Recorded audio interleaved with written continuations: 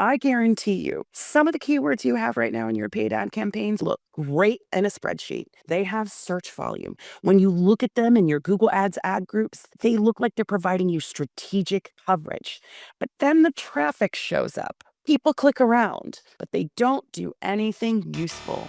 And you are left having to explain why you've got a lot of increased visibility that isn't translating into revenue or closed deals or goods sold. And that's where buyer intent keywords come in. Today, we are going to cover what buyer intent keywords are, what they look like, how to find them, common mistakes e-commerce teams make with them, and how to use them in a way that actually supports your business and your paid ad campaign goals. Buyer intent keywords are search terms that suggest someone is actively considering making a purchase. They also are referred to as high intent keywords. So in plain English, these are keywords that sound a lot less like I'm vaguely curious because I'm avoiding doing something else, or I'm just doom scrolling, or I actually don't even know what I need. I'm just researching my options. And they sound more like I need help making a decision about what to buy, where to buy it, what it costs, and whether this option is better than that option.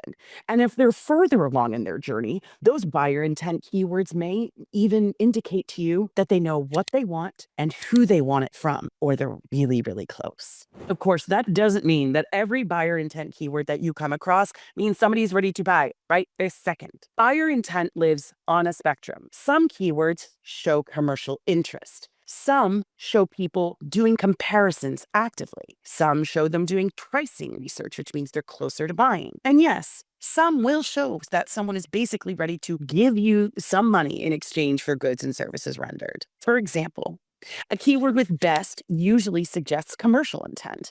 A keyword with buy is more transactional. A keyword with pricing usually means someone is figuring out whether their offer fits their budget. And a keyword with review or versus usually means someone is narrowing down their options. And that's where buyer intent keywords can be very useful for you because they help you separate people who are just starting to learn, right? What their options are, wetting their beak, so to speak, for my Godfather fans out there. And those who are actively choosing, those who are actively moving closer and toward a purchasing decision that they feel confident in. And if you're leading marketing for a high growth e commerce brand, this is something you need to pay attention to and become a master of because you can draw as much traffic as you want with your paid ad campaigns. Buyer intent keywords can help you do something even more profitable. Not just attract any traffic, but attract the right traffic. So how do you know if a keyword has buyer intent? We've already talked about this a little bit, right? If you're starting to see things like buy, best, review, comparison, versus, those are big signal indicators to you that you're looking likely at a buyer intent keyword. But I always like to take it a level deeper. Once you come across these buyer intent keywords, take a look at what the SERP is telling you, right? The search engine's results page.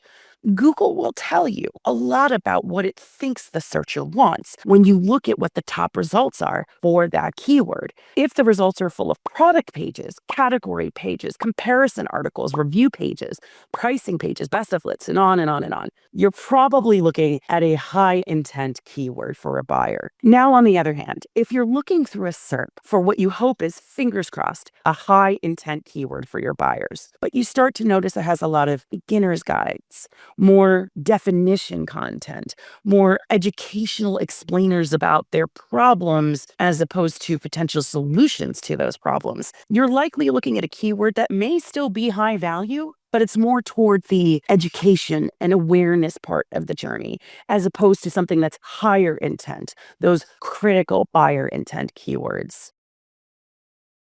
So now we're going to talk about common mistakes with buyer intent keywords. Buyer intent keywords are a bit like an art and a science, right? They're not one or the other. It's a little bit of a nuanced practice that's going to take a little time for you to really master. So let's help you sidestep some of the rookie mistakes I see often. The first mistake I see a lot is mistaking a high volume keyword with a keyword that's bringing you the right high intent people.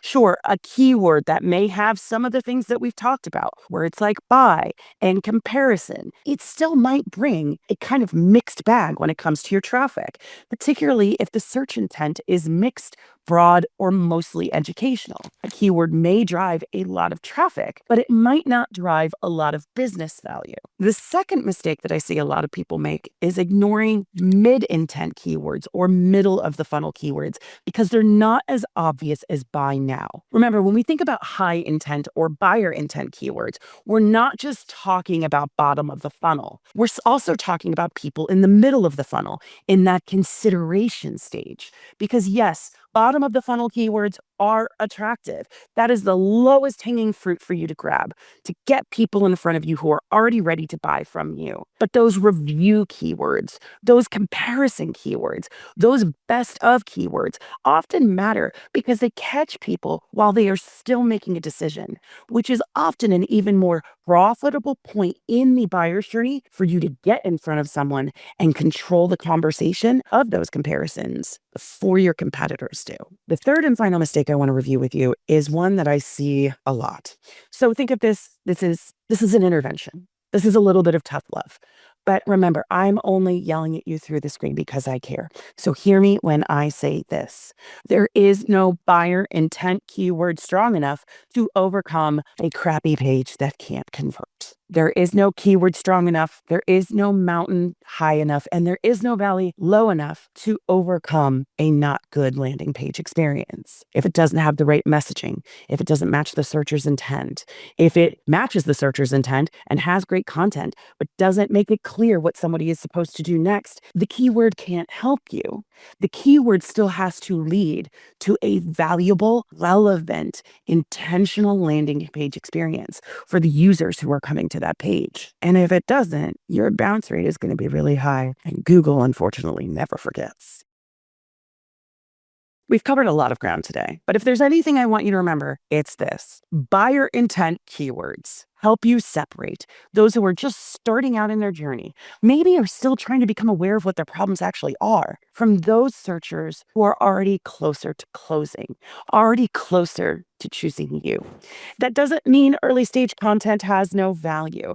Educational content and paid ad campaigns around lead generation in those awareness stages can still be critical in building trust, in building demand, in getting people started on that journey to begin with. But if your goal is revenue, you also need to know which keywords are more likely to connect to buying behavior. So I'm going to need you to stop only asking how many people are searching for this keyword. Start asking something more useful. Start asking what kind of person is behind this search and how close are they to doing something that will result in a sale? How close are they to choosing us as the provider or the vendor that they need? This is where buyer intent keywords earn their keep. They help you prioritize smarter topics. They help you build better pages.